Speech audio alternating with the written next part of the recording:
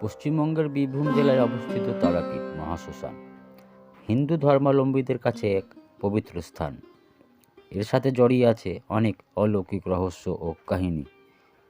কথিত আছে এখানে দেবী তারার তৃতীয় নয়ন পড়েছিল। সেই কারণে এই স্থানটি শক্তিপীঠ হিসেবে পরিচিত।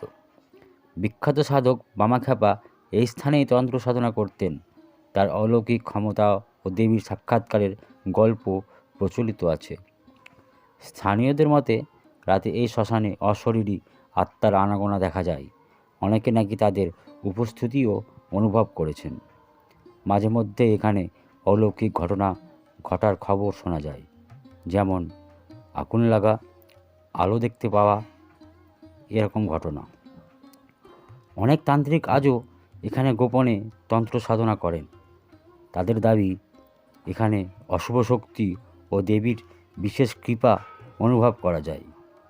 এই রহস্যগুলোর সত্যতা নিয়ে অনেক মতভেদ থাকলেও তারাপীঠ মহাশ্মশান আজও বহু মানুষের কাছে এক রহস্যময় স্থান হিসাবে পরিচিত। জয় গুরু বামদেব, জয় মা তারা, সকলের মঙ্গল করো মা।